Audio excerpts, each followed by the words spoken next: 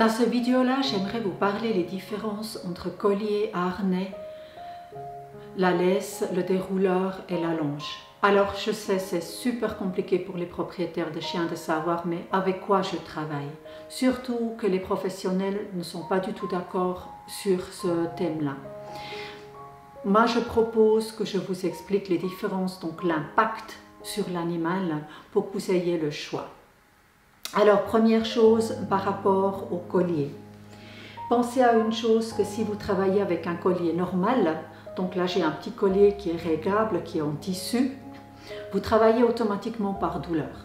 Alors je sais que les gens me disent, mais c'est pas vrai, mon chien il tire pas. Bien sûr qu'il tire. Et sur le moment de fait où il tire, c'est que le collier presse sur la trachée et ça peut plier la trachée. De là que le chien il commence à tousser parce que la trachée est inflammée. Attention quand vous travaillez qu'avec le collier. Après, il y a d'autres choses. Vous avez l'étrangleur. Vous voyez cette chaîne? Elle se met simplement comme ça et on attache. Qu'est-ce qui se passe? Sur le moment de fait, le chien il tire, ça fait ça. Vous pouvez vous imaginer l'impact de douleur sur l'animal. Bien sûr, ça fonctionne. Bien sûr que le chien il va moins tirer, mais il a terriblement mal et vous travaillez par douleur. Donc, je vous assure que le chien ne va jamais vous faire confiance si vous travaillez avec ce système. Vous devrez aussi savoir, c'est totalement interdit depuis 2014 de travailler, d'utiliser ce collier-là. Que ce soit simplement, il y a beaucoup de monde qui me dit « Oui, je ne le bloque pas ».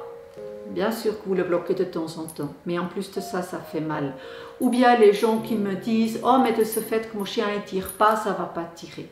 Bien sûr, ça va la coincer et ça va lui faire mal. Et je répète, c'est interdit au niveau de la loi parce que c'est simplement la maltraitance. Après, on a le demi-étrangleur. Il y a un espace entre deux qui fait que quand le chien il tire, ça la bloque aussi. Là, les gens ils me disent « Ça fait pas mal, ça fait juste une pression ». Maintenant, vous saviez déjà le collier toute seule travaille par douleur. Alors ça, c'est sûr qu'on travaille par douleur. Donc, c'est aussi négatif. Malheureusement, les demi-étrangleurs ne sont pas interdits. Je dis bien malheureusement parce que c'est simplement la maltraitance.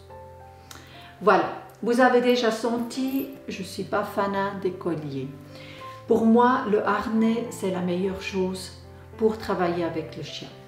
Alors oui, il y a des vétérinaires qui vous disent « Ouais, mais le harnais, il déplace les épaules. Oui, le chien, il est dans la croissance, il ne faut pas utiliser le harnais. » Je ne suis pas d'accord avec eux. Parce qu'en fait, un harnais adapté comme il faut fonctionne super bien.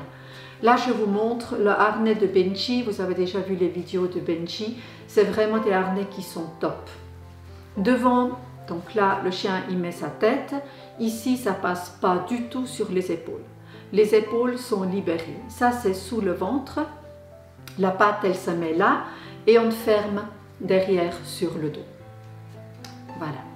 L'avantage de ce harnais-là, c'est que ça ne passe pas sur les épaules, donc ça ne peut pas déplacer les épaules. Ça ne touche pas la trachée, donc on ne travaille pas par douleur. Il y a deux attaches sur le dos, ce qui est un avantage, mais surtout, il y a la poignée. Et ça, c'est vraiment quelque chose qui est très important. Alors, je sais que des gens qui me disent c'est nul, c'est nul. Non, c'est pas nul. C'est que si vous travaillez avec votre chien et il y a une situation de stress, si vous pouvez le tenir au poignet, vous arrivez à le tenir comme il faut et ça peut être une maîtrise dans une situation qui peut être dangereuse. Donc, moi, personnellement, j'aime beaucoup ces harnais-là qui sont vraiment adaptés maintenant au niveau du chien. D'ailleurs, ça vient à la mode. Il y a beaucoup de nouveaux harnais avec ce système-là qui sont vraiment un pur confort pour l'animal. Il y a les harnais norvégiens que moi j'aime beaucoup parce qu'ils sont plus faciles à mettre. Le chien, il glisse juste sa tête là-dedans. On ferme derrière les pattes. On attache naturellement sur le dos et puis il y a la poignée. Ils sont plus faciles à mettre que l'autre harnais, mais par contre, faites très attention qu'il est vraiment adapté, qu'il ne passe pas sur les épaules. Voilà, ça c'est les systèmes harnais qui sont là. Après, au niveau de la laisse, Beaucoup de monde, ils disent « Oh, j'aime pas la laisse courte, hein, comme ces laisses-là que moi je travaille avec, c'est compliqué. » Pour moi, personnellement, il y a une règle qui est très claire. Le chien qui n'a pas encore le retour n'est pas lâché.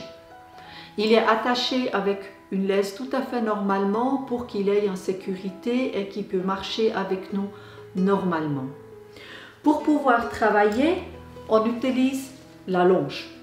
La longe, pour moi, c'est une laisse, mais de 5 mètres, hein, qui a un travail à faire comme il faut pour qu'on puisse apprendre au chien le retour, hein, par exemple pour un chiot ou un chien qui vient de refuge ou d'une association.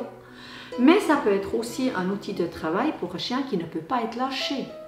Parce que certains chiens, à bout d'un moment, quand il y a l'instinct de chasse qui est développé, puis vous dites « moi j'arrive pas à le modifier », c'est mieux que vous ayez la longe et le chien il reste avec vous, que vous le lâchez et puis il part et puis vous le perdez. Il y a beaucoup de chiens hein, qui sont écrasés sur les routes ou bien qui sont introuvables parce qu'ils sont partis comme ça en forêt et c'est vraiment, vraiment dommage. Donc pour moi, la longe, c'est vraiment un bon outil de travail pour installer le retour ou de promener avec des chiens qui ne peuvent pas être lâchés.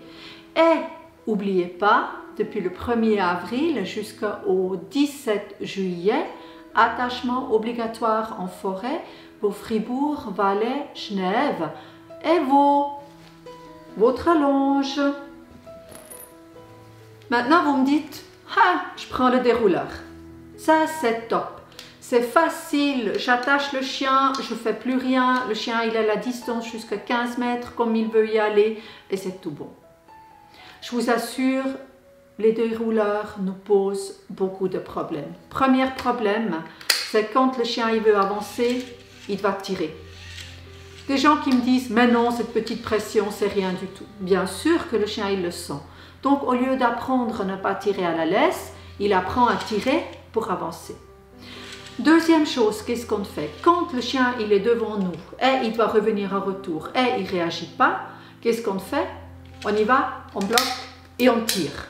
On y va, on bloque et on tire. On ramène le chien chez nous. Le chien, il se prend des secouées, pas possible. Ce qui est très négatif pour lui, hein, ce n'est pas dans le sens positif. Souvent, je vois que les gens sont avec des chiens lourds au dérouleur et dans une situation de stress, le chien n'est pas sous contrôle. Après, on nous dit « ouais, mais bon, c'est comme ça, il est grand ». Ah non, je vous assure que si vous travaillez avec la longe correctement, vous n'auriez pas ce problème-là. Il m'arrivait aussi régulièrement que les gens ils me disaient « mon chien ne se laisse plus attacher », que ce soit à l'intérieur de la maison ou quoi que ce soit. Et quand on a fait l'analyse, on a compris que les gens ils travaillaient avec le dérouleur et le dérouleur est tombé sur le chien à plusieurs reprises. Les gens ils ont fait une manipulation, le dérouleur est tombé et le chien il a eu très peur. On a même une situation, un petit chien de chasse est parti, le dérouleur derrière lui pendant 3 heures. Je vous assure que ce chien, il était terrorisé pour la vie entière. Avec le bruit, avec le dérouleur qui tapait sur la route. Et en fait, lui, il fuyait du dérouleur. Donc, pour récupérer après un chien comme ça, vous mettez des années et peut-être vous n'arrivez jamais. Donc, faites attention. Est-ce que vous choisissez la facilité pour vous qui n'est pas forcément bien pour le chien? Ou est-ce que vous se dites, ok, je travaille avec mon animal, mais mon animal est bien? Je reviens juste là-dessus. Oui, il y a des éducateurs canins qui travaillent avec le dérouleur, qui trouvent ça génial. Eux, ils oublient que peut-être eux, ils maîtrisent comme il faut, mais que les gens n'arriveraient pas à avoir cette maîtrise-là dans n'importe quelle situation. Donc, vraiment mieux travailler avec une longe pour le bien-être de votre animal. J'espère que ce petit vidéo vous a éclairci un petit peu les outils de travail que vous avez pour une simple promenade. Et j'espère surtout pour votre animal, vous choisissez ce qui est bien pour lui et pas ce qui est bien pour vous. Merci beaucoup, à tout bientôt.